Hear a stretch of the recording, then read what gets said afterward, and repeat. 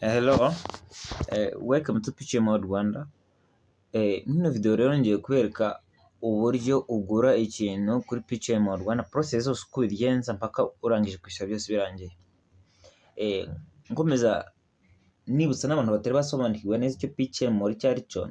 PCM ni platform izifashishwa ugura ibintu online nk'uko umuntu ashobora kubigura kuri Alibaba, kuri Amazon. Ariko hano ho kuri PCM umwihariko uhari ni uko umuntu azishyura akoresheje P-coins yamayininze muri P-network. Bivuze nimba uri kumaninga coins muri P-network, bivuze yuko izo coins uzakoresha urimo uragura ikintu kuri PCM. Tudatinze rero reka dukore login muri PCM. Aho turi muri PCM, igisigaye rero ubwo urareba product uri bugure, urareba product ushaka noneza ugende uyishyure. N'urugero reka dufate zino grace ziri hano, tuzi abarizo twishyura. Okay, icyo ukora uratukana handitse buy now. Okay, ukimara gukanda kuri buy now bahita bavuga ati ukanana kuri submit order, bahita bavuga ati add your address. Urabona nta address dufitemo, urabona ngiye kwishyura kandi ntabwo wakishyura utasema address y'ikintu tugomba kuza. Uratukana hano hejuru handitse please select an address, wakanda utuza ushyiramo address zawe. Okay, uzukane kuri new address cyangwa nimba ariyo ufitemo abayikoresha.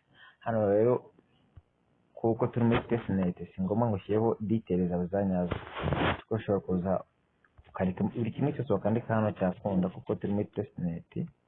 Details zanyazo zatangira kuzamo ari uko twageze muri mainnet P yamaze kuba benshi, turaza ushyiremo uhitemo ibyo ushaka, ibyo washyiramo byose.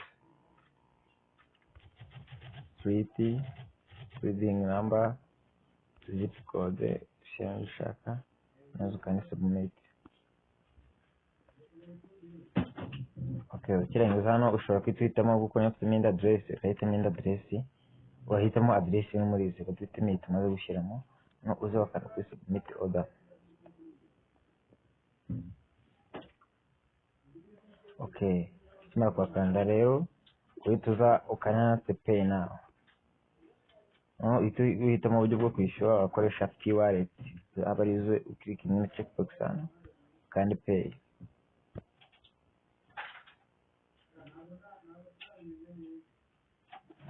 Kimara kwakanda rero bahita kujyana muri wallet yawe, bakwereka amount ugiye kwishyura ni 9.4 ukanda kuri confirm.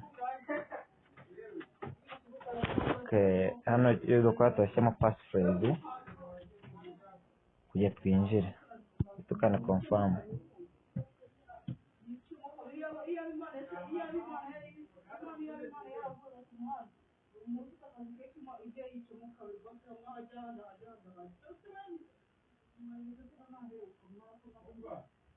Okay, urabona gutya ubuki wamaze kwishyura, igisigaye ni ugutegeza developer agaconfirminga transaction. Urabona ko transaction yabaye confirmed. Igisigaye ubuki kwishyura byarangiye, cyo usigaye no kugeraho agenda shipping yantuze product umaze kugura. Okay, ubu hari umuntu wibaza ati se maze kwishyura nishyura amafaranga yanjye, none ngo byagenda bite mu gihe nishyuye none wamusera ntanyuze product yanjye? Ubu gutya ukimara kwishyura sera nawe ubwe ari amafaranga ntago yabona. Kuntu bigenda kugira yabone nawe yamaze ahita agenda muri order zatanzwe kuri product ya postinze, akagenda akazi confirminga, akagenda akazi shippinga, akoreza product. None akimara kuyishipinga yo we wayiguze buyer yikugezeho, wongera usubira muri PCM ukaripotinga ya product kuyibonye. Ukimara kuripotinga ko ya product uyibonye, icyo gihe sera nawe ya mafaranga niho bahita bayamuhereza. Iyo usanze ya product idahwanye niyo yari yapostinze cyangwa niyo washakaga kandi wamwishyuye, icyo gihe ntago ukanda kuri ntago reportinga ko ayibonye. Icyo gihe amafaranga ntago yabona, ubwo ya product ye barayimusubiza nawe bakagusubiza amafaranga yawe, cyangwa mukongera mukumvikana na sera amafaranga wamwishyuye bakaba bayagabanya bitewe nuko quality z'ibyo waguze zidahwanye n'ibyo bakuzaniye. Sawa rero murakoze. mbibutse rero abantu batari bakora subscribe kuri YouTube channel yacu bihangane bayikore, ndetse bakandi no kunzogera notification bayigire kuri all, ku buryo nitwa dupostinga bataza bacikanwa, bajya bahita babibona igihe. Saba rero murakoze nanone. Ino parite rero mubonye ni ku muntu uguze